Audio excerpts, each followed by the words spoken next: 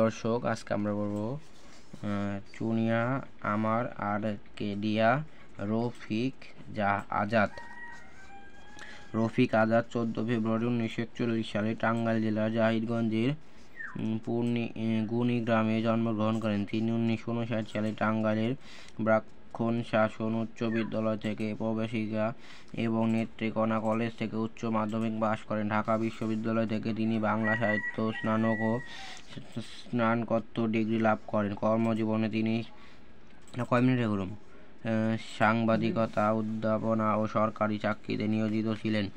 প্রেমদোহ প্রকৃতি নির্ভর কবিতার এক তাৎপর্যপূর্ণ জগৎ তিনি সৃষ্টি করেন। তার উল্লেখযোগ্য কাব্য অসম্ভবের পায়ে, চুনিয়া আমার আর কেডিয়া, সংযস্ত সুন্দর ইত্যাদি সাহিত্যে অসামান্য অবদানের জন্য তিনি আলাওল পুরস্কার এবং বাংলা একাডেমি পুরস্কার সহ অনেক পুরস্কার ও সম্মাননায় ভূষিত হন।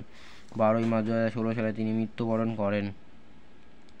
স্পর্শকাতর তার এই নামে উচ্চারণ মাত্র যেন ভেঙে যাবে, অন্তর্হিত হবে, তবে তার প্রকৃত মহিমা। চুনিয়া একটি গ্রামে ছোট্ট, কিন্তু ভেতরে ভেতরে খুব শক্তিশালী।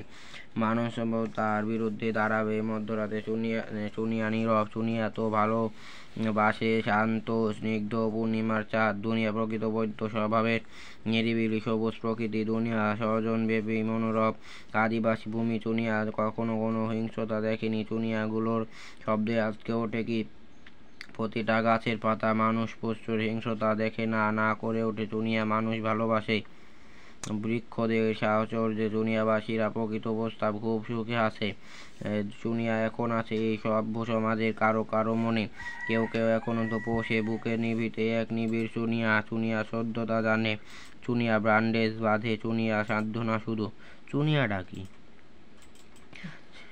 কাঠুরের প্রতি তার স্পর্শটাও তীব্র ঘৃণা হানে। চুনিয়া চিকিৎসা খুব অপছন্দ করে। চুনিয়া সবুজ খুব শান্তিপ্রিয়, শান্তি ভালোবাসে।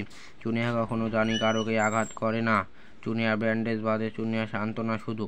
তো জানি না, তো এই পর্যন্ত আমরা পড়লাম। তো সবাই মনোযোগ সহকারে পড়বেন। Tata, bye bye.